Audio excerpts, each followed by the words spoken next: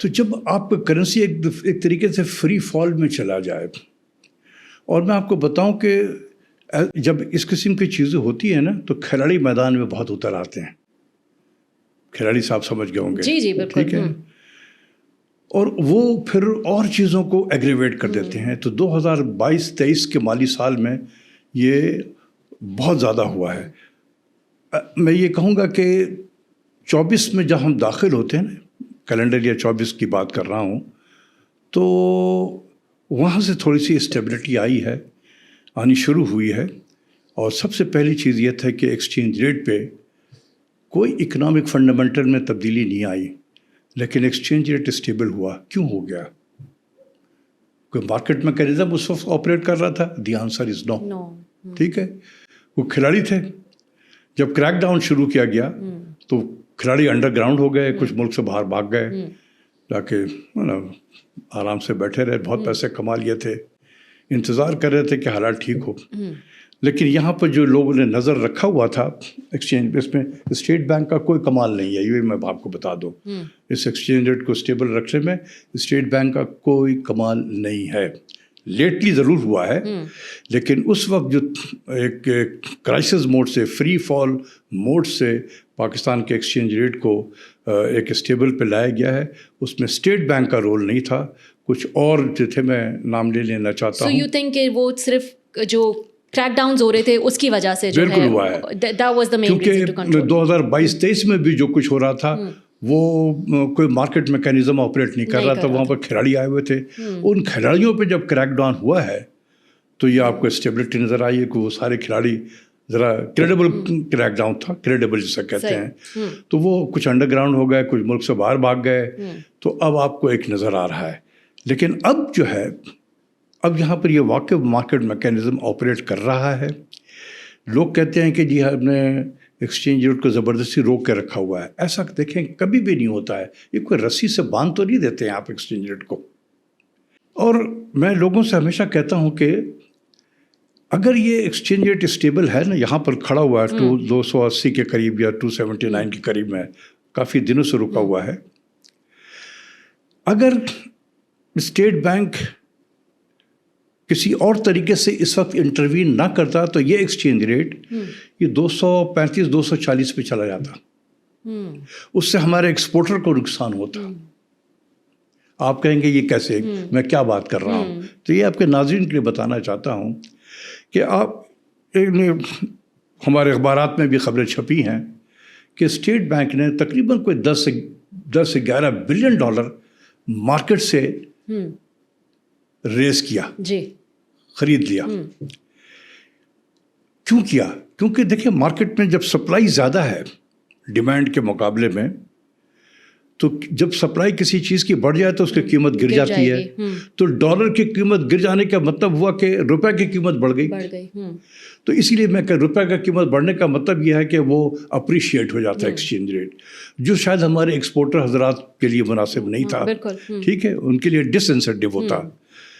تو state bank نے وہ ایکسس جو تھا منی، جو ڈالر آیا ہوا تھا فارن کرنسی، اس کو مارکیٹ سے لے لیا خرید کے اور اپنے ایکسچینج ریٹ کو بلڈ کیا. آج آپ دیکھ رہے ہیں کہ ایکسچینج ریٹ ہمارا جو فارن ایکسچینج ریزرو ہے اسٹیٹ بینک کا، وہ کافی بڑھا ہوا ہے، کمفرٹیبل لیول پہ. میں کہوں گا کہ بہت اچھے لیول پہ نہیں ہے، لیکن ایک ریزنیبلی ایک کمفرٹیبل لیول ہے کہ آپ 2 سے 2.5 مہینے کا اپنے امپورٹ کو فائنانس کر سکتے ہیں. ویسے تو جو آئیڈیل سچویشن ہوتا ہے وہ 6 منتھ کی امپورٹ فائنانس کرنے کے لیے آپ کے پاس ہونا چاہیے پیسہ. لیکن ابھی 2-2.5 مہینے ہے، جہاں 2-3 دنوں کا کے لیے پیسے تھے یا 1 ہفتے کا پیسہ تھا، وہ ڈالر تھا ہمارے پاس میں، اس سے بڑھ کے اگر 2-2.5 مہینے کے لیے ہو جائے تو یہ ایک اچیومنٹ ہے. تو اس لیے میں لوگوں سے کہتا ہوں کہ یہ کسی نے زبردستی روک کے نہیں رکھا ہوا، تو یہ زیادہ باتیں نہ کیا کریں کہ آرٹیفیشلی، کوئی آرٹیفیشل نہیں ہوتا ہے. یہ pure demand supply market determined ہے. ایکسیس سپلائی تھا، اس کا پروف یہ ہے، اور یہی اخبارات لکھتے ہیں کہ اسٹیٹ بینک نے اتنا خریدا ہے. کوئی اگر نہیں خریدتا تو سپلائی کی وجہ سے، ایکسیس سپلائی کی وجہ سے یہ 235-240 پہ ہو جاتا ہے. ایک ہمارے اشفاق طولہ صاحب ہیں، وہ بار بار کہتے ہیں کہ اگر یہ مارکیٹ پہ چھوڑ دیا جائے اس وقت تو یہ 240 ہو جائے گا. وہ کیوں کہتے تھے؟ وہ اسی لیے کہہ رہے ہیں, وہ دیکھ رہے تھے کہ مارکیٹ میں سپلائی بہت زیادہ ہے ڈالر کی. دیکھیں ریمیٹنس ہمارا بہت بڑھ گیا. 40 جہاں پر یہ 26 27 28 بلین ڈالر کا ہمارا ریمیٹنس آیا کرتا تھا, اب وہ 40 بلین کو بھی کراس کر رہا ہے. تو 40 بلین جو ہمارے ایکسپورٹ کے ارننگ سے زیادہ ہو گیا ہے.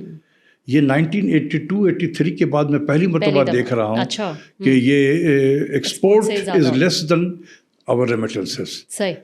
تو اس نے کافی اسٹیبلٹی پرووائڈ کی ہے ہمارے. تو اس لیے میں دوسری چیز یہ ہے کہ انفلیشن بھی کم ہوا. 30-35-40% پہ انفلیشن چلا گیا تھا. اس کی وجہ سے انٹرسٹ ریٹ بھی بڑھا ہوا تھا اسٹیٹ بینک کا 22% پہ بہت عرصہ رہا. گو کہ میں اس سے اگری نہیں کرتا ہوں ایز اے اکانومسٹ, کیونکہ ہمیں روٹ کاز دیکھنا چاہیے انفلیشن کا. انفلیشن اگر بڑھ رہا ہے تو یہ کس کی وجہ سے بڑھ رہا ہے؟ کیونکہ اسٹیٹ بینک نے دوبارہ بھی انٹرسٹ ریٹ کو بڑھایا ہے. لیکن اسٹیٹ بینک کے پاس تو ٹول یہی ہے نا انفلیشن کو اگر لیکن دیکھیں اس کو میں کہتا ہوں aspirin approach to monetary policy. آپ کے سر میں اگر درد ہے, آپ کبھی پتہ کرتے ہیں کہ میرے سر میں درد ہے تو کیوں ہے؟ کاز نہیں پتہ کی, کاز نہیں پتہ کرتے. آپ نے کہا ایسپرین لے لو, یہی کرتے ہیں نا. وقتی طور پہ آپ کو شاید کم ہو جاتا ہوگا. ہماری مانیٹری پالیسی بالکل ایسے ہی ہے. انفلیشن بڑھ گیا, انٹرسٹ ریٹ کو بڑھا دو. بھائی یہ دیکھو کہ یہ آج اگر انفلیشن بڑھ رہا ہے, بڑھا بھی ہے, وہ کس کی وجہ سے ہوا ہے؟ کہ مڈل ایسٹ میں ایران اور امریکہ کی لڑائی کی وجہ سے اسٹریٹ آف ہارموز بند ہو گیا, سپلائی ڈسرپشن ہو گئی ہے, آئل کے پرائسز گلوبلی بڑھ گئی ہے. ہم وہ امپورٹ کر رہے ہوتے ہیں, ہائر امپورٹ میں کاسٹ ہمارا آئل کا بل بڑھ گیا ہے. تو اس کی وجہ سے ہمیں پاس آن کرنا پڑا. ہم اس کو مینیج کر سکتے تھے, ہم اس انفلیشن کو مینیج کر سکتے تھے اگر ہم دنیا نے کیا کیا اس وقت؟ ساری دنیا میں قیمتیں بڑھی ہیں تیل کی, انہوں نے ٹیکس کے بوجھ کو کم کیا. اگر تیل کی قیمت بڑھی ہے تو جو اس پہ ٹیکس کی ڈیوٹی تھی لگی ہوئی تھی اس کو کم کیا ہے تاکہ نیوٹرلائز کر دیا. ایک تو دنیا نے اسے بڑھا اور ہم نے ٹیکس بڑھایا پیٹرولیم لیوی کے نام پہ. اور اس وقت جو ہے ہم تقریباً جو ہے ایک وقت آ گیا تھا دسمبر میں 157 روپیہ لیوی تھا صرف, آپ بتا دیں. اس وقت بھی ہم آن ایوریج جو ہے پچھلے 9 مہینے کا اگر آپ لے لیں تو 134 روپیہ آن ایوریج کی بات کر رہا ہوں.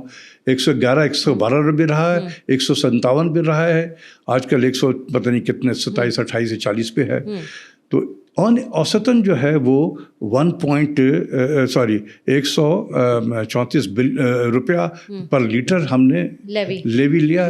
اور اس سے اب تک ہم 1.2 جولائی 9 مہینے کی بات کر رہا ہوں 1.2 ٹریلین 1209 ارب روپیہ ہم نے یہاں سے اکٹھا کر لیا. تو یہ بتائیں نا ڈاکٹر صاحب, اس میں بہت سارے سوالات جو ہے وہ میرے جمع ہو گئے ہیں. پہلے تو مجھے یہ بتائیں, آپ نے کیونکہ اسٹیبلٹی کی بات کی کہ ایک چلیں کچھ اسٹیبلٹی جو ہے وہ ابھی پچھلے 1-1.5 سال میں نظر آئی ہے, اسٹیبلٹی کو گروتھ میں ہم کیوں نہیں کنورٹ کر سکے؟ اور جب پاکستان کی جب سے ہم نے ہوش سنبھالا ہے ہم دیکھتے آئے ہیں ایک بوم بس سائیکل میں جو ہے وہ پاکستان پھنس جاتا ہے. Y is that so? اس کی کیا میجر وجہ ہے؟ اس سے نکلنے کا کیا سولوشن ہے؟ دیکھیں سب سے پہلی چیز یہ ہے کہ IMF کے پروگرام میں رہتے ہوئے گروتھ کو بھول جانا چاہیے, کیونکہ IMF کی ڈکشنری میں 2 چیزیں نہیں ہیں. 2 چیزیں نہیں ہیں, ایک گروتھ اور دوسرا ریفارمز. جی, آپ جتنے بھی IMF کے ڈاکومنٹ نکال کے دیکھیں سب میں یہی اسی قسم کی چیزیں لکھی ہوں گی, اور ایک لائن لکھا ہوا ہوگا reform programs are broadly on track.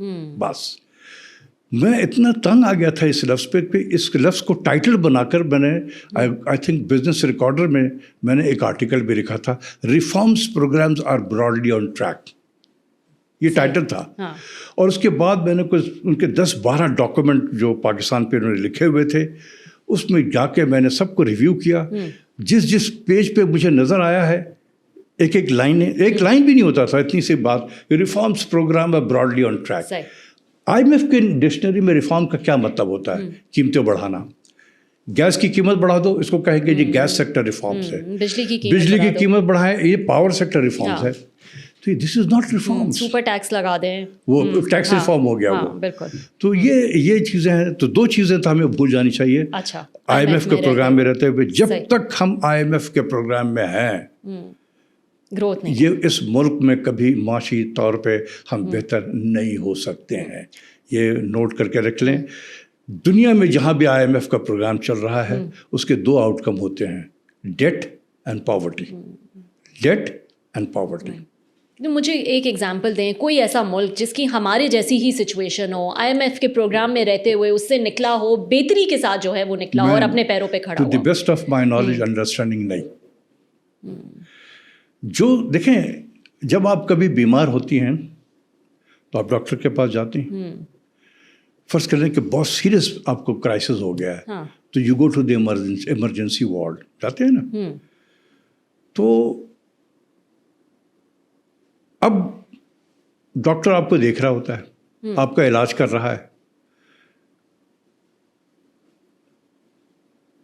4-5 مہینے ہو گئے، 6 مہینے ہو گئے، وہ آپ کو میڈیسن دے رہا ہے.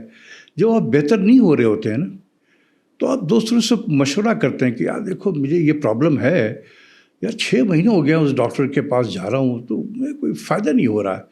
تو دوست آپ کو یہ کچھ لوگ مشورہ دیں گے کہ یار یہ آپ ایسا کرو کہ فلاں ڈاکٹر کے پاس آپ جاؤ، کیونکہ میرے ایک اور دوست کو بھی تقریباً اسی قسم کا پرابلم تھا، وہ بڑا اچھا ڈاکٹر ہے، آپ اس کے پاس جاؤ. So you change the doctor. بالکل. یہ کیسا ڈاکٹر ہے IMF؟ میں IMF کو ڈاکٹر کہتا ہوں اور Pakistani economy is a patient. ٹھیک ہے، مریض ہے.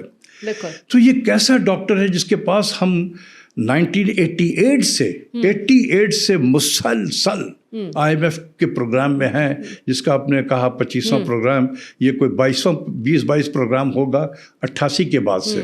ہم ویسے تو 1958 میں پہلی مرتبہ گئے تھے، لیکن پیسے نہیں لیے تھے IMF سے. پروگرام اپروو ہو گیا تھا but we did not take. تو ہم کبھی ویسے اتفاقاً چلے جایا کرتے تھے. 88 کے بعد سے آج تک ہم نہیں نکل سکے، سوائے پرویز مشرف صاحب کے زمانے میں 2004 سے 2008 تک ہم نہیں گئے تھے. اور وہی ایک پیریڈ ہے جس میں آپ کے گروتھ وغیرہ جو ہے وہ. تو اسی لیے میں کہتا ہوں کہ IMF کے پروگرام میں رہتے ہوئے گروتھ کو بھول جانا چاہیے. تو یہ بتایا آپ نے ڈاکٹر کو تو کہا ہے، لیکن ہم کیسے مریض ہیں جو ہم اسی ڈاکٹر کے پاس بار بار جاتے ہیں؟ یہ کیا ہماری اپنی کیپیسٹی کا مسئلہ ہے، ہماری ول کا مسئلہ ہے؟ اتنی کیپیسٹی ہی نہیں ہے کہ ہم جو ریفارمز کرنے ہیں وہ خود سے کر سکیں تاکہ IMF کے پاس نہ جانا پڑے. ہر تھوڑے عرصے بعد ہم کہتے ہیں ہم تو ڈیفالٹ ہونے والے ہو، چلو چلو چلو IMF کے پاس چلو. What is the issue here? ایک میں آپ کو بتاؤں کہ ہم چونکہ اتنے زمانے سے IMF میں ہے نا، 88 سے میں بتا رہا ہوں نا، بارنگ 4 ایئرز مشرف، یعنی 37 سال میں 33 سال سے ہم IMF میں ہیں. صحیح. تو پاکستان کے جو 3 بڑے شہر ہو گئے نا، ایک اسلام آباد ہے، کراچی ہے، لاہور ہے. یہاں پر ایک اس کو کہتے ہیں IMF ایکو سسٹم بریگیڈ ایک ڈیولپ ہو گیا ہے.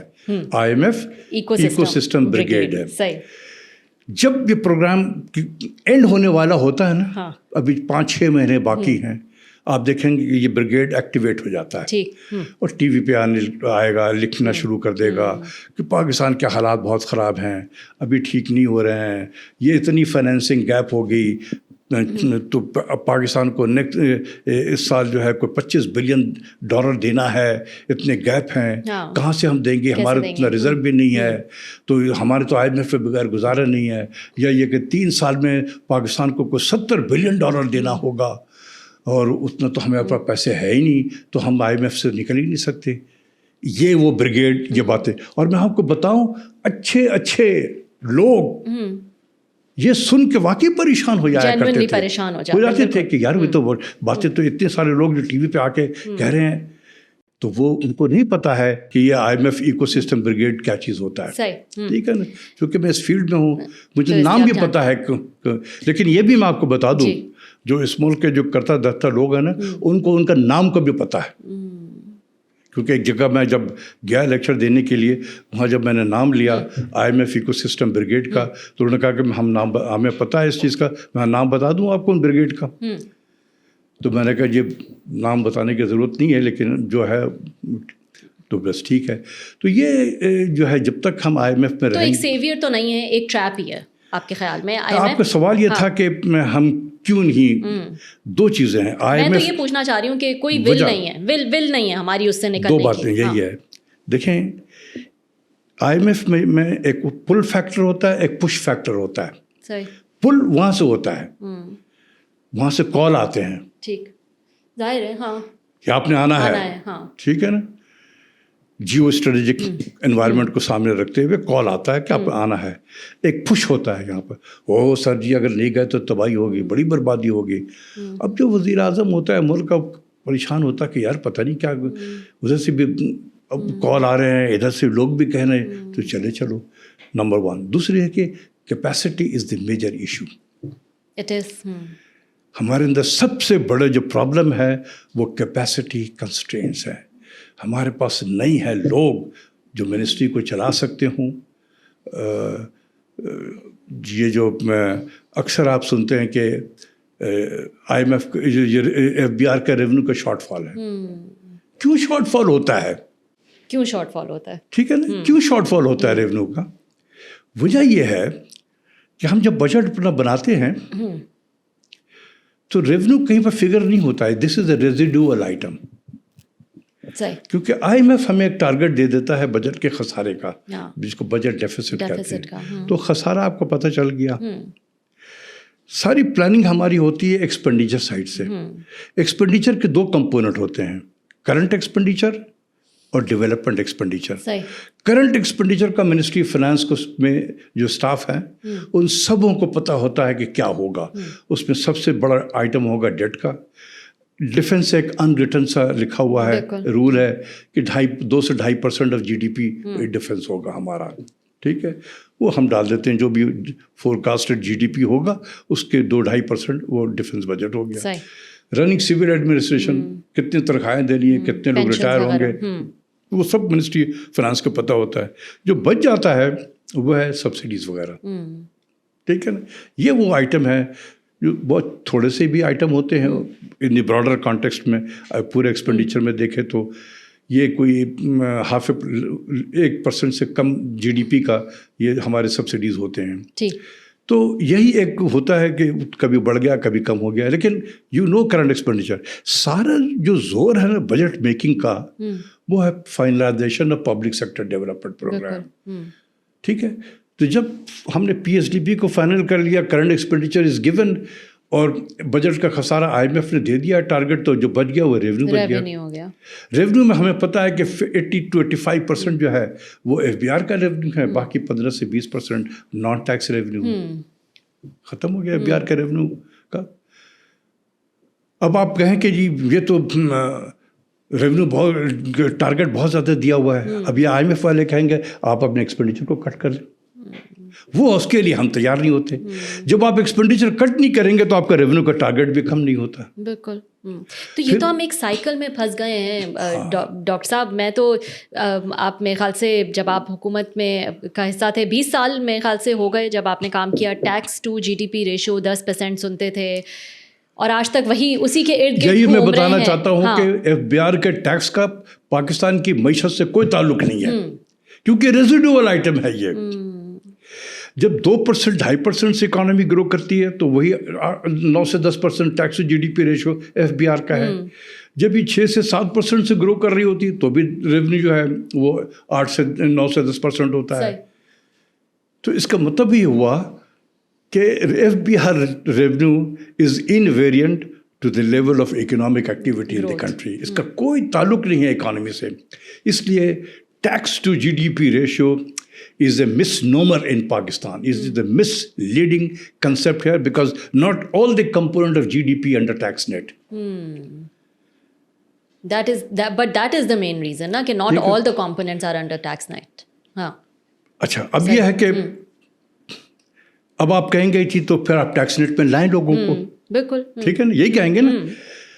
ہم جیسے اکانومسٹ جو ہیں, جس پہ IMF بھی زور نہیں دیتا ہے, IMF بھی ان کو چھوٹ دے دیتا ہے. IMF کہتا ہے کہ آپ اپنے بیس کو براڈن کریں. ہم جیسے اکانومسٹ بھی یہی کہیں گے کہ یہ بیس کو براڈن کریں. اپنے بیس کو براڈن کرنے کا مطلب ہے کہ جو سیکٹر اس وقت ٹیکس نیٹ میں نہیں ہے اس کو آپ ٹیکس نیٹ پہ لائیں. ٹھیک ہے, اگر میں لاتا ہوں جس کی جیب میں ہاتھ ڈالوں گا وہ میں برا بنوں گا ان کے نزدیک, وہ میرا ووٹ بینک ہے. Do I want to lose my vote bank? Most of the chances نہیں, میں ڈروں گا, گھبراؤں گا. لیکن اگر میں ملک کی خاطر میں کہوں کہ ٹھیک ہے میں یہ کاسٹ پے کرنے کو تیار ہوں, ٹھیک ہے, میرا ووٹ بینک جاتا ہے جائے, میں ملک کے لیے کام کر رہا ہوں, تو آپ نے بیس کو براڈر کیا اور 100 روپیہ اکٹھا کر لیا ایڈیشنل. آپ نے ایڈیشنل جیسے اکٹھا ہو گیا, صوبے آئیں گے 60 روپیہ مجھے دے دو. آپ کہیں گے یار میں نے اتنی اپنے ووٹ بینک بھی ضائع کیے, اتنی گالیاں سنی میں نے, اتنا میں پاپولیرٹی لوز کی ہے, مجھے صرف 40 روپے مل رہا ہے. اللہ میں کہ مارے میں یہ بیس کی براڈنگ کروں, تو میں نعرے ضرور دوں گا, بولوں گا ضرور, ریفارم پروگرام کی بات کروں گا, ٹیکس کی براڈنگ کی بات کروں گا, میں کروں گا نہیں. تو کوئی موٹیویشن ہی نہیں ہے بڑھانے کی. اب صوبوں کو کیا ہے, صوبوں کو ان کی ضرورت سے کہیں زیادہ پیسہ مل رہا ہے, تو وہ کیوں اپنے provincial tax to GDP ratio بڑھائیں؟ کیوں بڑھائیں؟ کیونکہ جب انہوں نے اپنے صوبوں میں ہاتھ ڈالنا ہے تو they will lose their vote bank. ان کو کیا ضرورت ہے, اور ان کو بیٹھے بٹھائے مل رہا ہے, تو وہ کیوں کریں؟ تو نہ صوبوں کو انسینٹیو ہے بیس کی براڈنگ میں, یہ ٹیکس ریفارمز میں, نہ فیڈرل گورنمنٹ کو ہے. اس لیے ٹیکس GDP ریشو اسی میں گھومتا پھرتا رہتا ہے. اچھا, تو مجھے یہ بتائیں کہ اس میں جو ہے وہ آپ نے بہت ساری باتیں کی ہیں لیوی کی, کیونکہ آپ نے بات چھیڑی تھی, اس لیے میں اس پر جو ہے وہ واپس آنا چاہوں گی. آپ نے کہا کہ لیوی میں جو ہے وہ اس قدر ہم نے انکریز کر لیا ہے, تو یہی ریونیو کی ہی بات آ جاتی ہے کہ جب وفاق کے پاس بچتا ہی نہیں ہے تو وہ دوسرے ایونیوز جو تلاش کرتے ہیں وہ یہ تلاش کرتے ہیں. اس میں لیوی بھی ہو گیا, ظاہر ہے وہ ڈائریکٹلی گورنمنٹ کو چلا جاتا ہے, وہ اس ڈویزبل پول کا حصہ نہیں ہوتا ہے. تو یہ معاملہ تو پھر اسی طرح جو ہے وہ رہے گا, اور یہی وجہ ہے لیوی کی. بالکل صحیح ہے, اور یہ اس کا روٹ کاز NFC ایوارڈ ہے, موجودہ NFC ایوارڈ.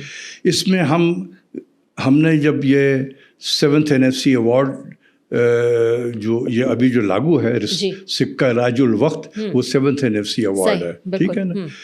تو ہم نے ایک امبیلنسز کو دور کرنے کی کوشش کی تھی مرکز اور صوبوں میں. بالکل, اس کو دور کرتے ہوئے ہم نے دوسرے امبیلنسز کریٹ کر دیے کہ فیڈرل گورنمنٹ کو ہم نے بالکل اسٹارو کر دیا ریسورسز سے, اور ذمہ داری جو ہے فیڈرل گورنمنٹ کی وہ بڑھتی چلی گئی.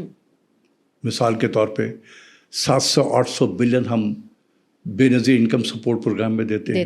بینیفیشری سارے صوبوں میں ہیں. فیڈرل گورنمنٹ بورو کر کے ان کو بانٹ رہی ہوتی ہے. اس کو میں ہیلی کاپٹر میں نہیں کہتا ہوں, ہیلی کاپٹر میں لفافے میں ڈالیں پیسے, ہیلی کاپٹر سے گھروں میں گرا دیں اور کہیں کہ غربت دور ہو گیا. ایسے دنیا میں نہیں ہوتا ہے کبھی بھی, نمبر 1. دوسری چیز یہ ہے انٹرسٹ ریٹ ہے. سب سے بڑا جو ڈرین ہے ہمارے بجٹ کا وہ ہے اسٹیٹ بینک کی مانیٹری پالیسی. ہم نے 2021 میں اسٹیٹ بینک کو آزاد کر دیا, ٹھیک ہے. یہ IMF کے پروگرام کی طرف سے تھا. میں نے اس کو بہت مخالفت کی تھی. اچھا, کہ دیکھیں آٹونومس اور انڈیپینڈنس میں فرق ہے. یہ ایک جرنی کا نام ہے. پہلے آٹونومی ہوتی ہے, پھر آپ گریجویٹ بڑھتے بڑھتے آپ ایک انڈیپینڈنٹ سینٹرل بینک بنتے ہیں. ٹھیک ہے. ابھی ہم ایک ڈیولپنگ کنٹریز ہیں, ministry of finance and central bank 2 organ ہیں اسٹیٹ کے. یہ گاڑی کے 2 پہیے ہیں. اگر یہ 2 پہیے آپس میں الائن نہیں ہوں گے تو گاڑی نہیں چلے گی آپ کی. 2021 کے بعد سے یہی ہو رہا ہے کہ وہ انٹرسٹ ریٹ بڑھاتے چلے جاتے ہیں. 1% انٹرسٹ ریٹ جب بڑھاتے ہیں اسٹیٹ بینک والے تو تقریباً 300 سے 350 بلین کا بوجھ مزید پڑتا ہے. آپ کا انٹرسٹ پیمنٹ بڑھ جاتا ہے بجٹ پہ. ٹھیک ہے. تو یہ جو آپ نے اسٹیٹ بینک کی انڈیپینڈنس کی آپ نے بات کی, you don't believe in that. آپ کو لگتا ہے کہ یہ اٹانومی پہ میں بلیو کرتا ہوں. اسٹیٹ بینک ایک اٹانومس ادارہ ہونا چاہیے. تو آپ کے خیال پہ منسٹری کا انپٹ ہونا چاہیے. ایک زمانے میں ایک تھا نا fiscal policy monetary policy coordination board تھا, اس کا میں ممبر رہا ہوں جب میں منسٹری میں تھا. تو وہ اسی پرپز کے لیے بنایا گیا تھا کہ اسٹیٹ بینک آف پاکستان اس کے جو چیئر کرتے تھے اس monetary fiscal policy monetary policy coordination board کو, وہ فائنانس منسٹر کرتا ہے, اس میں گورنر اسٹیٹ بینک اس کے ہوتے ہیں ممبر, فائنانس سیکرٹری ہوتا ہے, ڈپٹی چیئرمین پلاننگ کمیشن ہوتا ہے, کامرس منسٹر ہوتا ہے, اکنامک ایڈوائزر جو ہے وہ ایز اے سیکریٹریٹ کے طور پہ کام وام کرتا ہے اس میں. تو ایک تھا فورم, ہم نے اس فورم کو بھی ختم کر دیا کیونکہ ہم نے ایک دیوار چائنیز وال کھڑی کر دی ہے. اب پرائم منسٹر کہتا ہے کہ انٹرسٹ ریٹ کو کم ہونا چاہیے, لیکن اسٹیٹ بینک پھر دیکھے گا آئی ایم ایف کی طرف. جب تک کہ آئی ایم ایف کی بلیسنگ نہیں ہوگی, اشارہ نہیں ہوگا, انٹرسٹ ریٹ نہیں کم ہوگا. بالکل. تو اب اس طریقے سے اگر ملک کو ہم چلائیں گے اور ہم یہ بھی کہیں کہ جی ملک کی معیشت بھی بہتر ہو جائے, یہ میرے نزدیک ممکن نہیں ہے. اچھا, لیکن ابھی تو ڈاکٹر صاحب ایسا لگتا ہے کہ ڈبیٹ جو ہے وہ ساری گھوم پھر کے, کیونکہ ہر دفعہ جب یہ NFC کی بات شروع ہوتی ہے ایسا لگتا ہے یہ یقین دلا دیا گیا ہے کہ یہی ایک سلور بلٹ ہے, یہ بس صحیح ہو گیا تو شاید بہت ہی جو ہے کوئی بہتری آ جائے گی اکانومی پہ. Do you believe in that? دیکھیں موجودہ NFC ایوارڈ میں مینوفیکچرنگ ڈیفیکٹس ہے, ٹھیک ہے, کیونکہ یہ بہت ہیسٹ میں یہ سب ہوا تھا اور ایک یہ دکھانا تھا کہ چونکہ پیچھے ملٹری گورنمنٹ تھی جنرل مشرف صاحب کی, وہ نہیں دے سکے. دیکھیں جب عوامی حکومت آئی تو دے دیا انہوں نے, ٹھیک ہے نا. اس کی وجہ یہ تھی, اس ہیسٹ میں ہوا یہ کہ جس نے جو مانگا, جس جماعت نے جو مانگا ہم نے ان کو دے دیا. کہ PK نے کہا کہ جی پہلے تو ان کا نام تھا NWFP, انہوں نے کہا جی یہ تو کوئی نام نہیں ہے, ہمیں تو خیبر پختونخوا چاہیے. انہوں نے کہا لے لو, دے دیا, ٹھیک ہے. پھر کسی نے کہا کہ جی 2 سے زیادہ مرتبہ پرائم منسٹر نہیں بن سکتے ہیں, تو نہیں جی تیسرے مرتبہ بھی ہونی چاہیے, لے لو. اچھا جی چلو ہو گیا. اسی طریقے سے مطلب اور بھی جو تھے وہ جس نے جو مانگا دے دیا, اور اس کے بعد نصیب میں ہو گیا. کسی نے نہیں دیکھا کہ جو ہم کر رہے ہیں اس کا آگے چل کے کیا امپلیکیشنز ہوگا, ٹھیک ہے. تو اس میں مینوفیکچرنگ ڈیفیکٹس آ گیا ہے اس میں. اور آپ نے اس وقت کہا تھا کہ ڈیفیسٹ جو ہے وہ ہمارا ایک اچھا خاصا ڈیفیسٹ رہے گا آفٹر دس. یہ میں نے 2010 میں آرٹیکل لکھا اس پہ, جب یہ چھپا نا, تو میں نے 2010 یا 11 میں جیسے یہ امپلیمنٹیشن ہوئی 2010-2011 کے مالی سال میں یہ امپلیمنٹ ہوا, پہلا سال تھا NFC کا. جب میں نے دیکھا میں نے کہا کہ یہ بہت ہم نے گڑبڑ کر دیا ہے اس میں. تو لیکن اس کا ایک مقصد تھا نا اس کے پیچھے یہ تھا کہ جو ذمہ داریاں ہیں ہیلتھ کی یا ایجوکیشن کی یہ بھی صوبوں کو دی جائیں, اور اسی لیے ان کو ریسورسز بھی دیے جائیں, اور اس کے آگے یہ بھی کیا جائے کہ وہ بھی آگے ڈیولپ کریں اس کو, وہ بھی آگے جو ہے وہ لوکل لیول پر اس کو لے کر جائیں. تو یہ کہنا کہ یہ غلط ہوا, یا پھر آپ کو لگتا ہے کہ صوبوں کی جو ذمہ داریاں ہیں وہ انہوں نے نہیں پوری کی؟ سب سے پہلے جو غلطی ہوئی ہے اس کی سیکوینسنگ ہم نے غلط کر دی. اچھا, پہلے ہم نے 18th امینڈمنٹ کو کرنا تھا, اور اس میں بہت سارے جو سبجیکٹس تھے جو فیڈرل گورنمنٹ کے تھے وہ صوبوں کو جانے تھے. پھر ہم نے NFC ایوارڈ میں اس جو ایڈیشنل محکمے گئے ہیں صوبوں کو, اس کے لیے ان کو زیادہ پیسے دینے تھے. ہو گیا الٹا, NFC آ گیا پہلے, صوبوں کو مل گیا تقریباً 60%. ٹھیک ہے نا. جب 18th امینڈمنٹ ہوا تو اب جب باتیں شروع ہوئیں تو کہ جی اب صوبہ نے کہنا شروع کیا کہ اب ایڈیشنل محکمے دے دیے ہیں تو اب اس کے لیے پیسے دیں ہمیں. تو مرکز نے کہا کہ آپ کو جو اتنے 60% جو دے دیے گئے, نہیں وہ تو ہمارے پچھلے والے ڈیمانڈ تھے جو آپ نے پورے کیے ہیں, لیکن اب جو ایڈیشنل محکمے دیے ہیں اس کے پیسے دیں ہمیں. یہ آج تک یہ ایشو ہے, جب بھی NFC کی میٹنگ ہوتی ہے یہ ایشو ہمیشہ اٹھتا ہے اور اٹھتا رہے گا. پہلے غلطی ہوئی تھی, سیکوینسنگ غلط ہوئی ہے.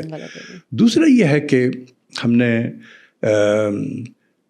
صوبوں کو ون گو میں اتنے زیادہ پیسہ دے دیا, ان کی کیپیسٹی کو ہم نے بلڈ نہیں کیا. صوبائی فائنانس منسٹری جو ہے اس میں کیپیسٹی بلڈ نہیں کی. جو محکمے 37, 38 سے 40 بلین روپے سال کا خرچ نہیں کر پاتے تھے, فورس کرتے تھے ہم کہ خرچ کرو, ان کو ہم نے ایک جھٹکے میں 88-90 بلین دے دیا. ان کو نہیں سمجھ میں آ رہا کہ ہم کریں کیا پیسے. آپ نے دیکھا تھا کہ ایک صوبے میں ایک سیکرٹری خزانہ کے گھر سے 68 کروڑ روپے نکلا تھا. بالکل. وہ کچن میں تو کہیں جہاں پر عورتیں مسالہ جات رکھتی ہیں انہوں نے روپے کے نوٹ جو ہے ڈب رکھے ہوئے تھے ہر طرف گھروں میں, کہ ہر کونے کونے میں روپے تھا. کیا ہوا تھا, کس لیے ہوا تھا کہ اتنے پیسے آپ نے دے دیے. They had no capacity to spend money. تو کیا ہوا, فائنینشیل انڈسپلن نے جنم لیا جو آج تک ہے. تو اس لیے میں کہتا ہوں کہ موجودہ NFC کے رہتے ہوئے آپ ٹھیک نہیں کر سکتے, کیونکہ یہ ہم نے امبیلنس کریٹ کر دیا ہے. مرکز کے جو پیسے کی ضرورت ہے وہ بڑھتی چلی گئی ہے, اس کے ریسورسز ہم نے کٹ کر دیے. پھر آپ دیکھیں کہ ہم نے یہ بھی رکھا ہے کہ بلوچستان کو ہم نے جو پیسے دینے ہیں نا وہ پروجیکٹڈ نمبر پہ دینے ہیں, جو بجٹڈ نمبر پہ. اب جیسے اس مرتبہ ہم نے جو بجٹ کیا تھا کوئی 14 ٹریلین کا بجٹ تھا ہمارا, 14 ٹریلین روپیز کا تھا. تو NFC میں ان کے کیلکولیشن کے مطابق 14 ٹریلین پہ ہم کو پیسے دیں گے. اچھا. ایکچوئل جو ہے شاید 12.8 وغیرہ کچھ اس قسم کا ہو جائے, ٹھیک ہے, یا 13 پہ پہنچ جائے, لیکن ہم نے 14 پہ اس کو کیلکولیٹ کر لیا. ٹھیک ہے. تو اب جو ایڈیشنل پیسے جو ہیں یہ مرکز اپنی ہی جیب سے دے گا, جو اس کے ڈپلیٹڈ ریسورسز ہیں اسی میں سے دے گا, اس کے پاس اور بھی کم ہو جاتے ہیں. یہی وجہ ہے کہ پیٹرولیم لیوی پہ ڈپینڈنس جو ہے اتنی بڑھ گئی ہے کہ 1.6 ٹریلین یہاں سے مل رہا ہے. اور اسٹیٹ بینک آف پاکستان نے کبھی زندگی میں نے اپنے پورے پروفیشنل کیریئر میں نہیں دیکھا کہ اسٹیٹ بینک نے اتنے پیسے منسٹری آف فائنانس کو دیے ہوں. اچھا. ٹریلینز میں دے رہے ہیں, ٹریلین, 2.5 ٹریلین, 2500 ارب, 2200 ارب.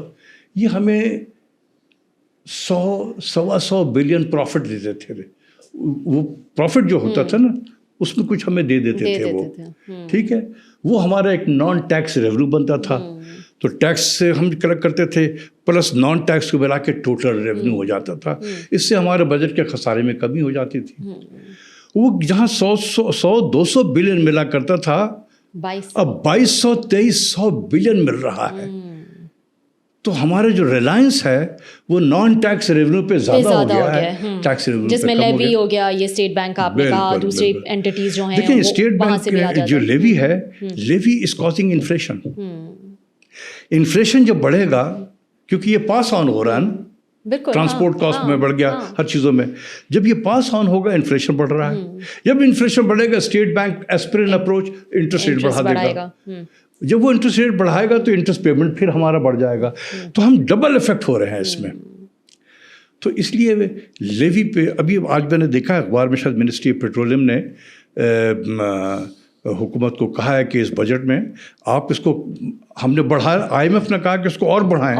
اگلے سال کوئی 1.7 ٹریلین 1700 کا انہوں نے ٹارگیٹ رکھا ہے. اس سال میں غالباً میرا اپنا خیال ہے کہ 1.6 ٹریلین کے قریب ہوگا. تو اس میں 100-200 بلین اور اکٹھا اور بڑھانے کی بات کر رہے ہیں. انہوں نے کہا کہ یار یہ نہ کریں, آپ اس کو کم کریں. تو یہ اچھی چیز ہے, سجیشن ہے منسٹری کی طرف سے, ہمیں دیکھنا چاہیے. لیکن کہنے کا مطلب یہ ہے کہ جب آپ لیوی بڑھائیں گے یہ پاس آن ہوگا, ملک کو انفلیشن افراط زر بڑھے گی, غریب طبقہ پسے گا. صوبے تو یہ کہتے ہیں نا کہ اگر آپ کو یہ مسائل ہیں تو آپ اپنا ریونیو کا, یہ ٹیکس کا پائے جو ہے وہ بڑھائیں. یہ آپ کی ناکامیاں ہیں, یہ وفاق کی ناکامیاں ہیں جو وہ یہ نہیں بڑھا پا رہے. تو یا پھر جو آپ نے میری سجیشن یہ ہے کہ جو یہ کہتا ہے نا اس کو لا کے وزیر خزانہ بنا دیا جائے.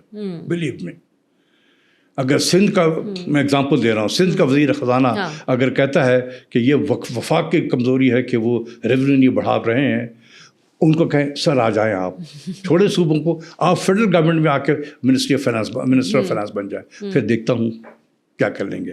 یہی بات تو میں نے شروع میں آپ کو بتایا کہ برا وہ بنے, پیسے وہ لے لیں, پیسے وہ لے جائیں. کیوں کریں گے؟ اسی لیے کوئی موٹیویشن ہی نہیں ہے, موٹیویشن نہیں ہے. اچھا مجھے یہ بتائیں, آپ کے خیال میں ہر دفعہ جب یہ قریب آتا ہے بجٹ بھی اور IMF پہ اتنی زیادہ باتیں ہونے لگتی ہیں, آپ کے خیال میں this will be our last IMF؟ نہیں, یہ تو بھول جائیں, یہ ہمیشہ سے یہی رہے گا, ٹھیک ہے نا, یہ سرکار یہی کہے گی. ہاں, لیکن IMF ایکو سسٹم بریگیڈ جو ہے وہ ایکٹیو ہو جاتا ہے. وہ بریگیڈ جو ہے وہ اوور پاور کر لے گا, اور پھر ایک ٹیلی فون کالز بھی آئیں گے کہیں نہ کہیں سے. اچھا مجھے تو یاد ہے, سوری ویسے آپ کامنٹ نہیں کرتے, لیکن عمران خان صاحب جب آئے تھے انہوں نے کہا تھا ہم IMF میں بالکل نہیں جائیں گے, اور وہ اسد عمر جو ان کے وہ فائنانس منسٹر بن کے آئے تھے, پوسٹر بوائے آف PTI, انہوں نے بھی کہا تھا بالکل نہیں جائیں گے. پھر بعد میں اتنی تنقید اٹھانی پڑی کہ آپ کیوں لیٹ ہوئے IMF میں جانے پہ, اور سب سے زیادہ ہماری معیشت کو نقصان ہوا اس وجہ سے کہ آپ لیٹ گئے IMF. دیکھیں میں I was the only person, انہوں نے ایک اکنامک ایڈوائزری کاؤنسل اپنی بنائی تھی. I was the only person telling him کہ خدا کے واسطے نہ جائیں. آپ نے وعدہ کیا تھا قوم سے کہ آپ نہیں جائیں گے, آپ نہیں جائیں, ہم اس کو ہینڈل کر لیں گے, ٹھیک ہے.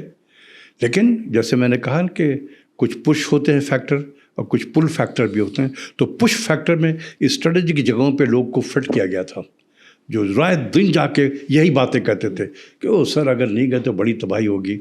میں آپ کو بتاؤں کہ ایک بڑی ہسٹورک میٹنگ ہوئی تھی غالباً 8 یا 9 سپٹمبر کو 2018. اکنامک ایڈوائزری کاؤنسل کی میٹنگ تھی. اسد عمر صاحب اسی دن رات میں انہوں نے جانا تھا بالی, انڈونیشیا, جہاں ایشین ڈیولپمنٹ بینک کی اینول میٹنگ تھی انڈونیشیا میں. تو ادھر IMF کے مینیجنگ ڈائریکٹر نے بھی آنا تھا. تو پلان یہ تھا کہ وہاں مینیجنگ ڈائریکٹر سے مل کر ہم ان کو یہ پیغام دے دیں گے کہ جی ہم آنا چاہتے ہیں IMF میں, تو آپ اپنا مشن بھیجیں. تو اس سے پہلے اسد عمر صاحب نے یہ کہا کہ ہم کیوں نہ اکنامک ایڈوائزری کاؤنسل سے سیل لگوا لیں. اچھا ٹھیک ہے, سیل آف اپروول. تو اس کے لیے ایک میٹنگ رکھی. اس میٹنگ کو انہوں نے مینیج کیا, میرے لفظ پہ غور کریں, مینیج کیا انہوں نے تمام ممبر کو کال کیا پرسنلی, کہا کہ جی I need your help, I need your support. ٹھیک ہے, ڈاکٹر اشفاق ہماری جان کو آ گیا ہے, وہ جان ہی نہیں دے رہا. صرف انہوں نے ممبر کو نہیں کہا, انہوں نے اپنی اسٹرینتھ کو بڑھانے کے لیے 2 اور اکانومسٹ کو انہوں نے اسپیشلی بلایا جو ممبر نہیں تھے IMF کے. اس میں ایک حفیظ پاشا صاحب تھے اور دوسرا ایک شاہد کاردار صاحب تھے. صحیح. جو ہمارے بعد میں گورنر بھی بنے تھے 8-10 مہینے کے لیے سینٹرل بینک کے. ان کو بھی بلا لیا گیا. اچھا جب مجھے پتہ چلا کہ حفیظ پاشا صاحب بھی آ رہے ہیں, میرے بڑے اچھے دوست ہیں بہت زمانے کے, 1974 سے ہم ایک دوسرے کے دوست ہیں.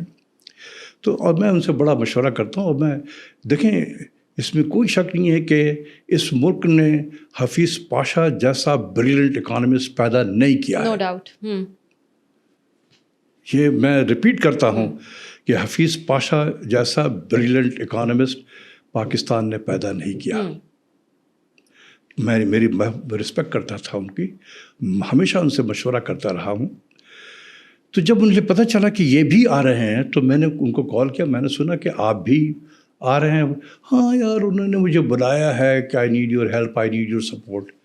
جب انہوں نے یہ لفظ بولا نا, I need your help, I need your support, Asad Umar صاحب کا لفظ انہوں نے دہرایا, تو مجھے یاد آیا کہ اسد عمر نے تو باقی ممبروں کو بھی یہی الفاظ بولے ہوئے تھے, تو ان کو بھی یہی بولا ہوا ہے. تو میں نے کہا کہ آپ نے کیا کہنا جا کے کہ ہمیں جانا چاہیے IMF میں. نہیں, میں یہ کیوں کہوں گا ہمیں جانا چاہیے. میں تو پرائم منسٹر سے کہوں گا کہ have you exhausted all your option. اگر آپ نے تمام آپشن ایگزاسٹ کر لیے ہیں تو آپ بے شک جائیں. صحیح. میں نے کہا بات بالکل صحیح ہے. میں نے کہا جی we are on the same page. پہلے اپنا جو آپشنز ہیں اس کو ایگزاسٹ کر لیں, اگر نہیں ہو رہا ہے پھر وی شوڈ گو. ہم وہاں پہنچے. دیکھیں وہ ان کو پاور میں کب آئے تھے, وہ اگست میں 18-19 اگست کو اوت لیا تھا لوگوں نے. یہ میٹنگ کب ہو رہی ہے؟ 8 سپٹمبر کو. اچھا کتنے دن ہوئے تھے؟ 2 سے 3 ہفتہ. ہاں بالکل, مہینہ بھی نہیں ہوا نا. مہینہ بھی نہیں ہوا تھا نا. تو جب اس وقت کے جو گورنر اسٹیٹ بینک تھے انہوں نے ایک پریزنٹیشن دی. انہوں نے بتایا کہ یہ $10 بلین کے فائنینسنگ گیپ ہے ہماری. صحیح.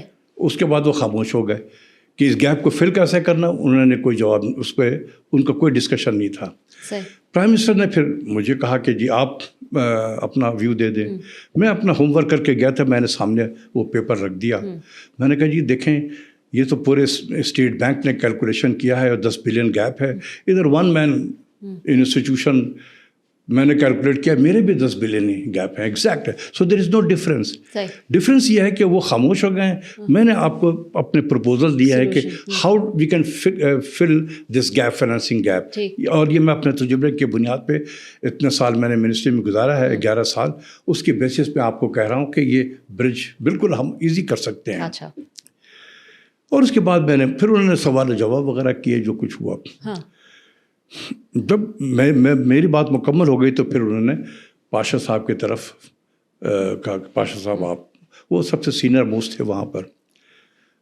وہ پاشا صاحب جو ابھی 2 گھنٹہ پہلے مجھے کہہ رہے تھے کہ نہیں میں نے تو یہ تو کہنا ہے کہ have you exhausted all our options.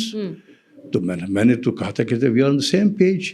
میرے ساتھ ہی بیٹھے ہیں وہاں پر. انہوں نے کہا مسٹر پرائم منسٹر آپ نے بہت دیر کر دی، آپ کو تو بہت پہلے چلا جانا چاہیے تھا. اب آپ سوچیں کہ یہ مہینہ بھی نہیں ہوا ہے ان کو اوتھ لے ہوئے ایز اے پرائم منسٹر، وہ کب چلے جاتے ہیں؟ کوئی الیکشن سے پہلے ہی چلے جاتے. وہ کامن سینس بھی دیکھیں آپ کہ آپ کو تو بہت پہلے. اور مسٹر پرائم منسٹر اگر آپ نہیں گئے IMF میں تو ایسی تباہی ہوگی، ملک میں اسٹیبلٹی نہیں آئے گی. انہوں نے ایسا بھیانک منظرنامہ کھینچا. اور اس کے بعد جتنے بھی باقی ممبر تھے سب نے ہاں میں ہاں ملائی. تو میں نے جب ختم ہو رہا تھا تو میں نے پھر جب ڈپارٹ کا ٹائم تھا تو میں نے پرائم منسٹر کو کہا کہ جی اب آپ کو فیصلہ کرنا بہت آسان ہے کہ پورا ہال جو ہے جس کو آپ نے بلایا ہوا ہے سب ایک طرف ہے، میں ایک طرف ہوں، تو میجورٹی تو یہی ہے، تو آپ فیصلہ کر لیں بالکل. لیکن اس کمرے سے باہر جانے سے پہلے میں آپ کو 2-3 لفظ بولنا چاہتا ہوں جو آپ نوٹ کر لیجئے گا. سب سے پہلے چیز یہ ہے، آپ نے کہا کہ میں 1 کروڑ نوکری تلاش کریٹ کروں گا. میں نے کہا پرائم منسٹر صاحب IMF کے پروگرام میں رہتے ہوئے اگر آپ موجودہ جو لوگ برسر روزگار ہیں ان کی روزگار کو بچا لیں گے تو یہ بہت بڑی بات ہوگی آپ کی. کریٹ کرنا تو دور کی بات ہے. دوسرا آپ نے کہا کہ آپ کا ایک فلیگ شپ پروگرام تھا کہ آپ نے 50 لاکھ گھر بنانے ہیں. میں نے کہا اس کو ڈکشنری سے نکال دیں، اپنی ایجنڈے سے خارج کر دیں، آپ کچھ بھی نہیں کر سکیں گے. یہ 2 میں نے کہا تھا. نوکری بچا لیں تو بڑی بات ہوگی. یہ آپ نے خود ڈائریکٹلی عمران خان صاحب کو بالکل سان منہ پہ کہا. میں نے کہا کمرے سے باہر جانے سے پہلے میں آپ کو یہ بتانا چاہتا ہوں کہ یہ میرے الفاظ نوٹ کریں گے آپ. اسد عمر صاحب بھی وہیں تھے، سب بیٹھے ہوئے تھے، پورے لوگ بیٹھے ہوئے. جو ابھی ہو رہا ہے جب یہ براڈ کاسٹ ہوگا وہ جو اس وقت کے ممبر تھے ان کو ایک لفظ یاد آئے گا. میں نے یہ بات کہی تھی ان کو. اچھا چلے گئے. اس کے بعد پھر آپ نے دیکھا کہ اور یہ بھی کہا تھا کہ آج آپ کی جو پاپولیرٹی لیول ہے سال کے بعد آپ سے میں پوچھوں گا کہ آپ آج بھی 1 سال کے بعد آج آپ اتنے ہی پاپولر ہیں جتنا آپ 2018 میں تھے. واقعی کیونکہ دیکھیں میں نے ان سے کہا تھا کہ پرائم منسٹر صاحب معیشت کو میری آنکھ سے دیکھیں، ان لوگوں کو آنکھ سے نہ دیکھیں، میری آنکھ سے دیکھیں. میں نے 11 سال اس ملک کو، اس معیشت کو بڑے خراب حالت سے نکال کے اچھی حالت میں چھوڑ کر گیا تھا. لیکن ڈاکٹر صاحب یہاں آپ نے کچھ مشورے دیے ان کو، یہاں سولوشنز میں کہوں گی، کیونکہ 10 بلین کا تو فگر آپ کا بھی تھا اور 10 بلین کا اسٹیٹ بینک کا بھی تھا. ایسے کیا سولوشنز تھے ان کو سمجھ نہیں آئے؟ وہ سولوشنز حفیظ پاشا جیسے اکانومسٹ اس پہ آپ کے ساتھ 1 پیج پہ نہیں ہوئے، اور بھی لوگ وہاں پر موجود تھے، آپ ایک طرف باقی سب ایک طرف. کوئی تو ایسے مطلب کیا سولوشنز، میں تو جاننا چاہوں گی، I am curious to know کہ ایسی کیا باتیں تھیں جو ان کو. دیکھیں سولوشن جو ہے اس وقت کے حساب سے ہوتا ہے، جو گراؤنڈ ریالٹی ہے اس وقت کے حساب سے تھا. اس وقت کیا تھا، مطلب ہمارا جو امپورٹ بہت سرچ کر گیا تھا. بالکل. تو امپورٹ سرچ کیوں کیا تھا؟ کون سا آئٹم جو تھا جس کی وجہ سے امپورٹ ہمارا کوئی جہاں ہمارا 40 بلین 41 بلین ڈالر کا امپورٹ ہوتا تھا وہ کوئی 57 یا 60 بلین ڈالر پہ چلا گیا تھا. تو پیٹرولیم ہی ہوتا ہے نا ہمارا مین. پھر وہ تھا، آپ کو یاد ہے کہ ہم نے سی پیک کا پروگرام شروع کیا تھا، تو اس زمانے میں لوڈ شیڈنگ بہت بڑے پیمانے پہ ہو رہی تھی.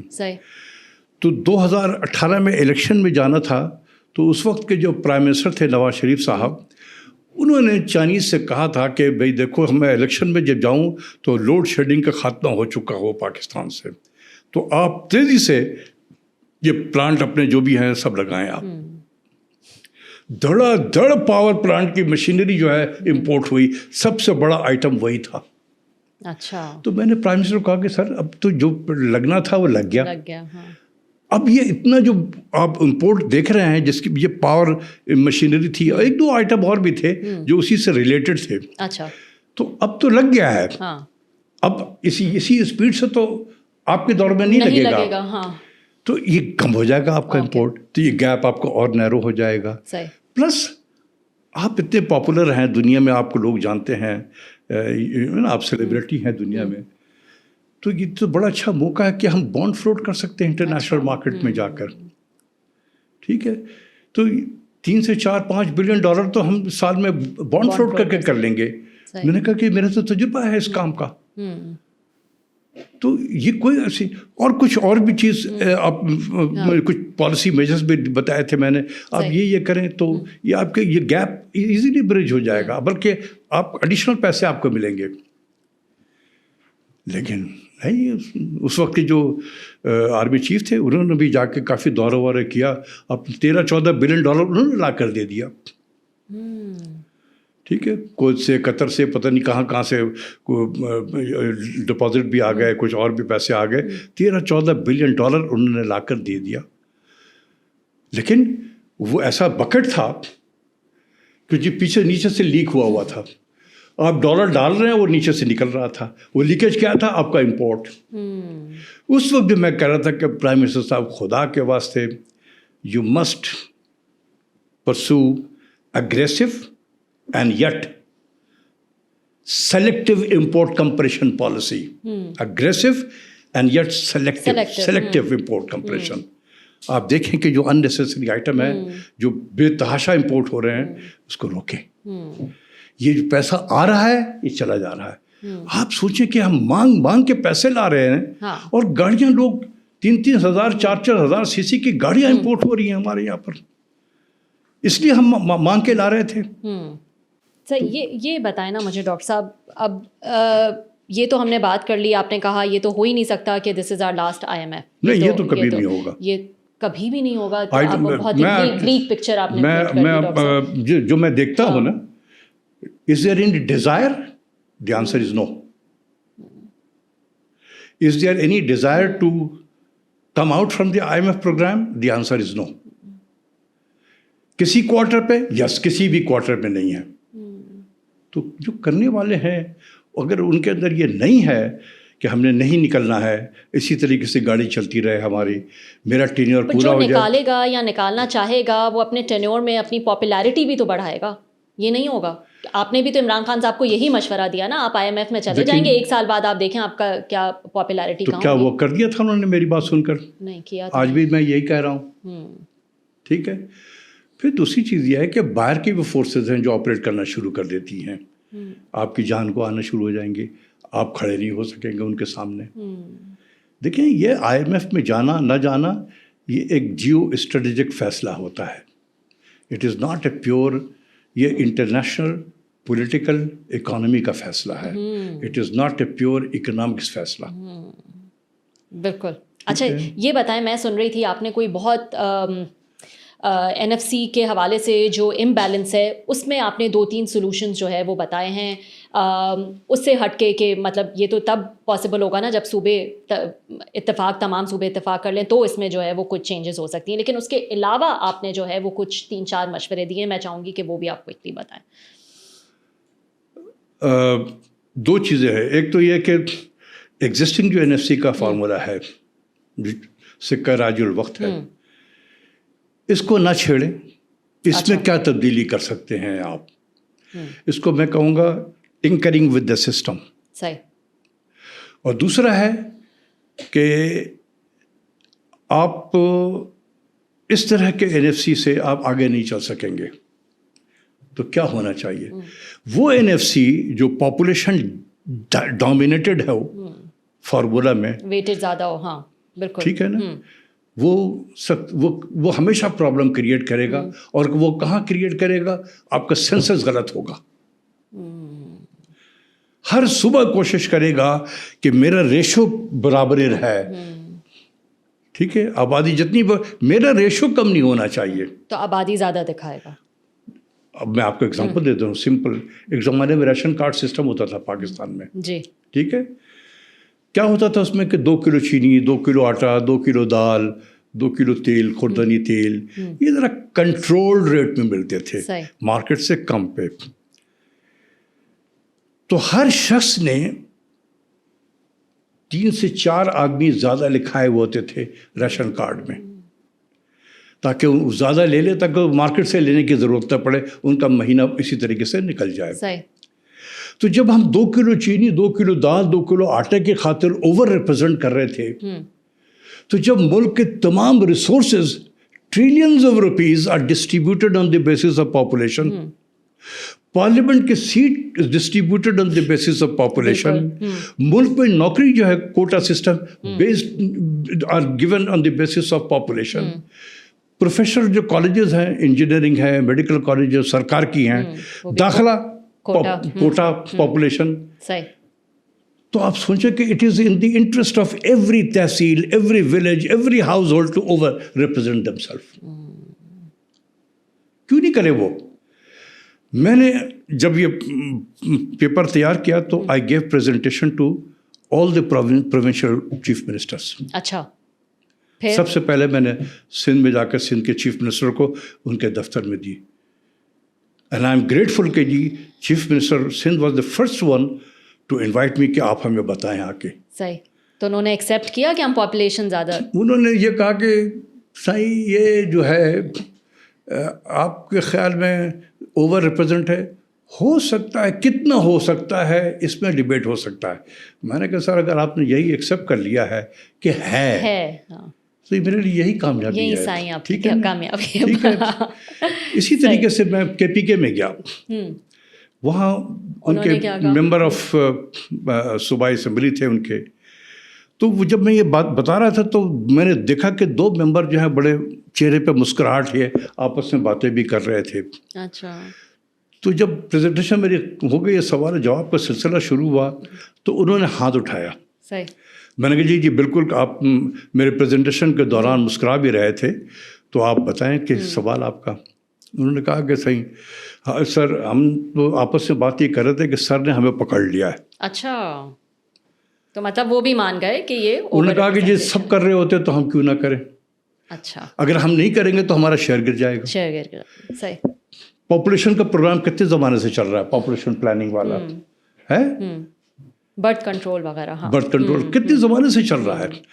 میں نے سب ان لوگوں سے کہا، میں نے کہا جی دیکھیں آپ اپنے والدین کو دیکھیں کہ ان کے کتنے بچے تھے. انہوں نے کہا جی میرے 6 بچے تھے. میں نے کہا آپ کے کتنے ہیں؟ 3 ہیں. کم ہوا کہ نہیں فیملی سائز آپ کا؟ میں نے کہا میرے فادر کے بھی 6 بچے تھے، ہم 6 بہن بھائی ہیں. جو میرے بچے ہیں ان کے کسی کے 2 ہیں، کسی کے 3. صحیح. کم ہوا کہ نہیں ہوا فیملی سائز؟ تو اس کا فرق کیسے نہیں نظر آیا؟ کیوں نظر نہیں آتا جب سینسس میں جب رزلٹ آتا ہے؟ تو اس پہ انہوں نے کہا کہ سب کر رہے ہیں تو ہم کیوں نہ کریں. اچھا. ٹھیک ہے. احساس سب کو ہے کہ یہ زیادہ ہو رہا ہے، ٹھیک ہے، لیکن کون کرے گا یہ کام؟ اچھا، اگر پاپولیشن ویٹیج نہ ہو، اتنا بڑا پرسنٹیج نہ ہو تو کیا ہو؟ لائک دوسری جگہوں پہ کیا ہوتا ہے؟ آپ اکراس بارڈر انڈیا میں دیکھ لیں کہ ان کا اتنا زبردست سسٹم ہے NFC ایوارڈ کا کہ 5 سال مکمل ہوتا ہے، جب NFC ختم ہونے والا ہوتا ہے وہ اپنا رپورٹ دے دیتا ہے. اچھا. اور اگلے والے کی اناؤنسمنٹ بھی ہو جاتی ہے. صحیح. اس وقت جو ہے ان کا غالباً 15 NFC ایوارڈ چل رہا ہے 2026 تک کا. ٹھیک ہے. تو انہوں نے 16 کا ابھی سے بتا دیا ہے کہ کون اس کا چیئرمین ہوگا اور کون اس کے ممبر ہوں گے، تاکہ وہ کام کرنا شروع کر دیں. وہ سیاسی بنیاد پہ نہیں ہوتے ہیں، وہ ٹیکنوکریٹ ہوتے ہیں، پروفیشنل ہارڈ کور. ان کا ایک پرماننٹ فائنانس کمیشن ہے. ٹھیک ہے. ہم بھی اس کو پرماننٹ فائنانس کمیشن یہاں بھی بنا دیں، اور اس میں صدر Pakistan under article 160 of the constitution جب وہ کانسٹیٹیوٹ کرتے ہیں NFC تو اس کو فائنانس منسٹر چیئر کرتا ہے, چاروں صوبوں کے فائنانس منسٹرز کے ممبر ہوتے ہیں وغیرہ وغیرہ.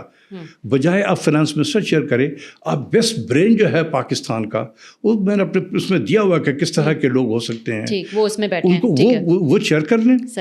اور باقی 4 ممبر جو ہیں اس میں آپ اکانومسٹ کو بھی لے لیں, آپ چارٹرڈ اکاؤنٹنٹ کو بھی لے لیں, ایک لائر کو بھی لے لیں. اس طریقے سے جو ہے ہائی کورٹ کے یا سپریم کورٹ کے جو ریٹائرڈ ججز ہیں ان کو لے لیں.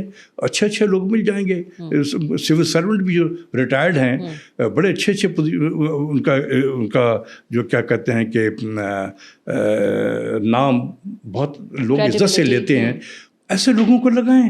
ہندوستان میں ایسے ہی ہوتا ہے.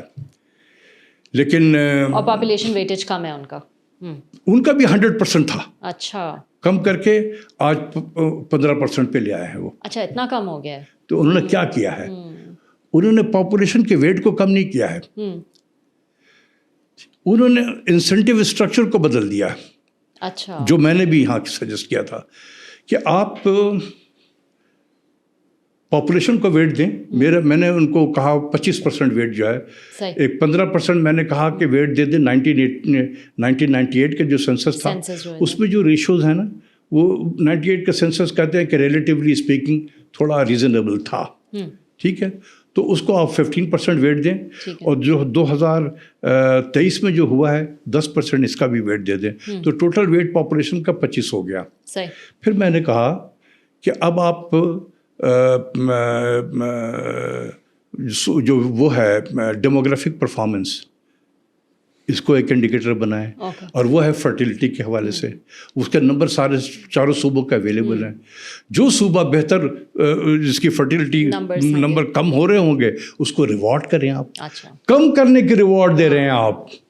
ٹھیک ہے, تو ایک ڈیموگرافک پرفارمنس تھا.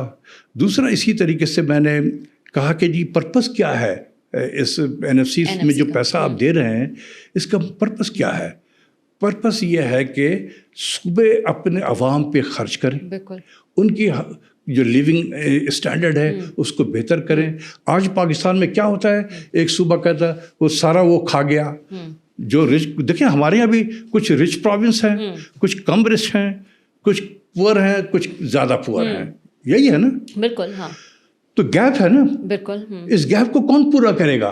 NFC award income gap is one of the parameter میرا, کہ جو max highest per capita income والا صوبہ ہے اور جو لوئسٹ پر کیپٹا انکم صوبہ ہے یا اس سے کم ہے, ان کا گیپ کیلکولیٹ کریں اور اس کے حساب سے اس کو ریوارڈ دیں. کہ وہ اگر ایفرٹ کر کے اپنے گیپ کو کم کرنے کی کوشش کر رہا ہے تو that province should be rewarded. تو پاپولیشن وہاں بھی آ جاتا ہے آپ کا. اسی طریقے سے جو فسکل ایفرٹ ہے اس کو میں نے ڈیفائن کیا ہے کہ پر کیپٹا آپ کا جو ٹیکس ٹو GDP ریشو ہے وہ صوبوں کا. ٹھیک ہے نا, کیونکہ پر کیپٹا انکم بھی ہے. صوبے جتنا ٹیکس اکٹھا کر رہے ہیں ان کو ان کے پاپولیشن پہ ڈیوائڈ کریں تو وہ پر کیپٹا ادھر بھی آ گیا. دونوں کو ڈیوائڈ کریں گے, per capita tax GDP ratio آ گیا.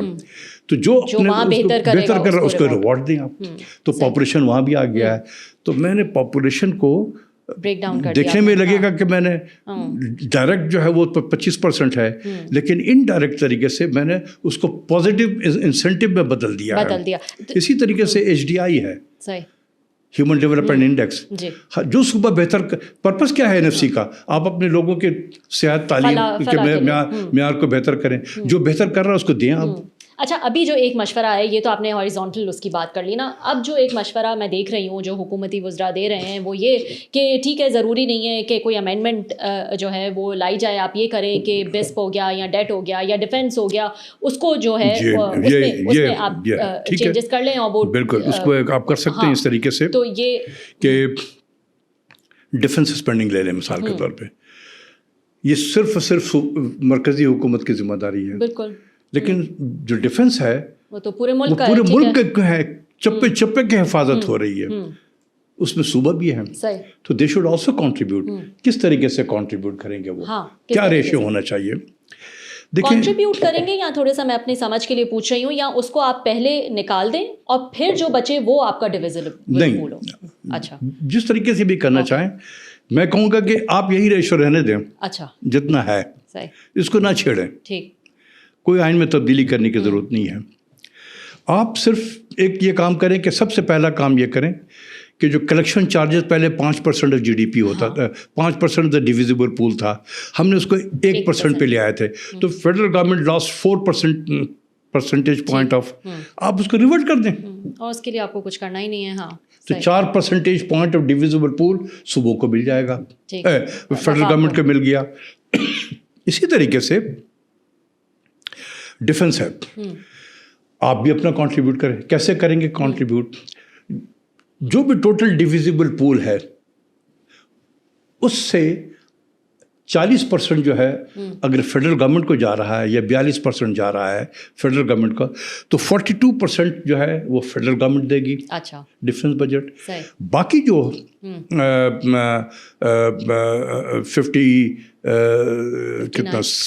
57.5% جو ہے وہ صوبے کنٹریبیوٹ کریں گے. اور صوبے کیسے کریں گے کہ جو ان کا ریشو بن رہا ہے وہاں پر وہ ڈیویزیبل پول کا کتنا پرسنٹ بنتا ہے, کسی کا 20-25% بنے گا, کسی کا 17% بن جائے گا, کسی کا 22% بنے گا, اتنا آپ کنٹریبیوٹ کرتے جائیں.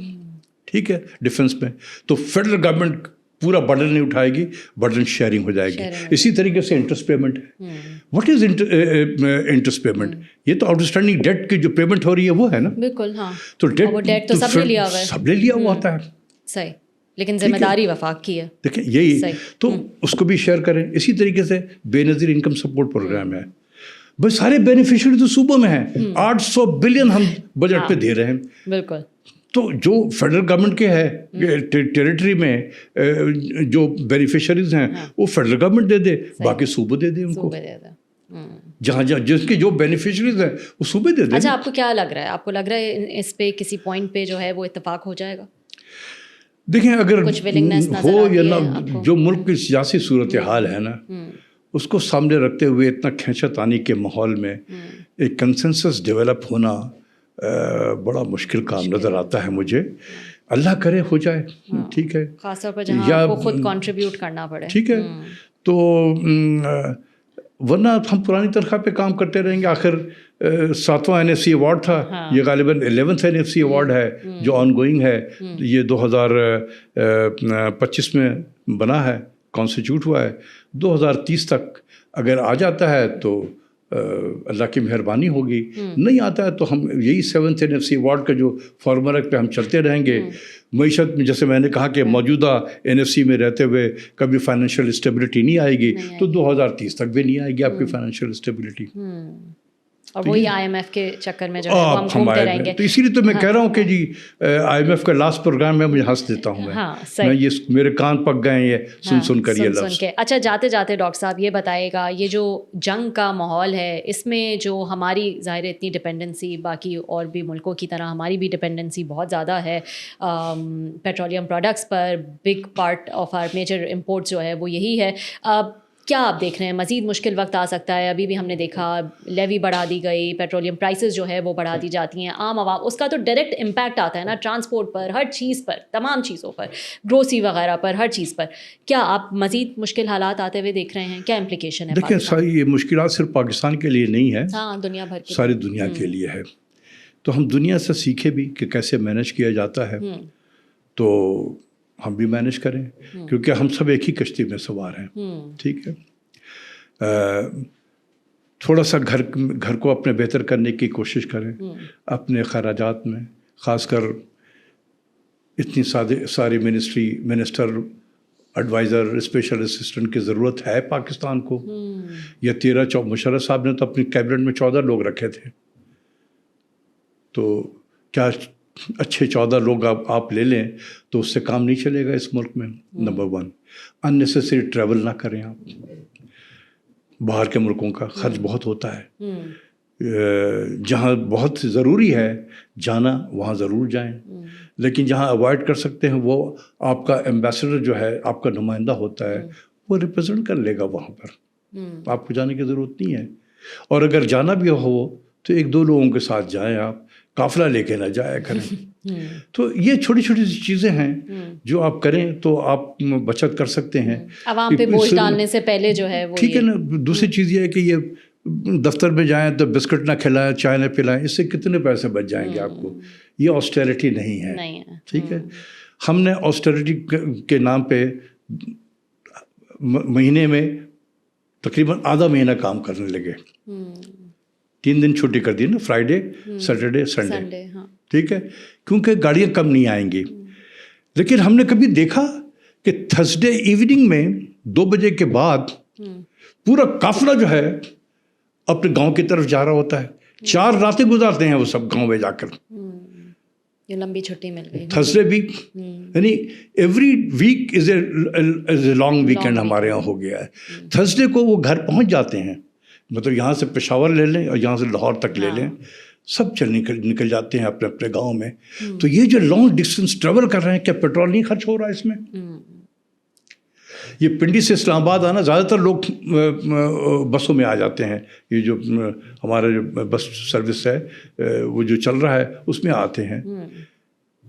زیادہ تر اسلام آباد میں لوگ رہتے ہیں, کتنا ٹریول کریں گے وہ. ٹھیک ہے. اور لیکن یہاں سے جو گاؤں جا رہے ہوتے ہیں, آپ دیکھیں لانگ ٹریول جو ہو رہا ہے, تو یہ کیا بچت ہو رہی ہے اس سے؟ تو سوچنے کی چیز ہے. اپنے ملک کے کلچر عوام کو بھی دیکھیں اور اس حساب سے پالیسی. بھائی میرا اپنا جو ڈرائیور ہے,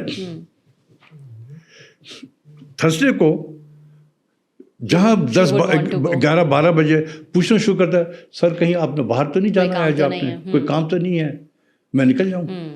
آپ کیا کہیں گے؟ نکل جاؤ یار. وہ چابی دے کے چلا جاتا ہے گاؤں. اس کی کوشش ہوتی ہے کہ میں ہر صورت آج پہنچ جاؤں, آج کی رات میں گاؤں میں گزاروں, تھرسڈے گزاروں, فرائیڈے گزاروں, سیٹرڈے گزاروں, سنڈے گزاروں, منڈے صبح چلوں وہاں سے. یہ آپ کا کیمرہ میں بھی ہنس رہا ہے, یہ بھی یہی کرتا. صحیح. تو آپ اپنی عوام کو دیکھ کر اور پھر آپ جو ہے وہ پالیسیز بنائیں. آپ پہلے اپنے گھر کو بھی تھوڑا کریں. یو شوڈ, کہیں ہم سفر کر رہے ہوتے ہیں, اتنا خراب لگتا ہے, 30 40 گاڑیوں کا قافلہ جا رہا ہوتا ہے. مطلب سوچ کے اچھا نہیں لگتا کہ ہم عوام پہ بوجھ ڈال رہے ہیں. کیا ہم 2 گاڑی 3 گاڑیوں میں نہیں جا سکتے؟ بالکل. میری شان کے خلاف ہوگا. بھائی میرا عہدہ جو بھی ہے وہ عہدہ میرے پاس ہی رہے گا. گاڑی کے کم ہونے سے میرے شان میں کوئی فرق نہیں آئے گا. اور جب باتیں آسٹیرٹی کی جو ہے وہ ہر حکومت بات کرتی ہے, لیکن ریئل آسٹیرٹی میجرز جو ہے وہ نہیں ہو پاتے.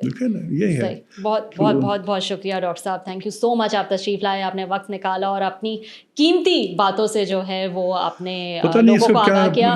لوگوں کو اس کا اثر ہوگا کہ نہیں ہوگا. بس آپ اپنے واٹس ایپ پہ جو وہ ڈیسیژن میکرز ہیں نا, ان کو آپ بھیجتے رہا کریں اپنے مشورے. کرتے ہیں, سن بھی لیتے ہیں. وہ زیادہ تر وہ اپنی بے بسی کا اظہار کر دیتے ہیں, زیادہ تر بے بسی کا اظہار کرتے ہیں کہ سر ہم اوپر پہنچا دیتے ہیں, بس وہ وہیں رک جاتا ہے جا کر.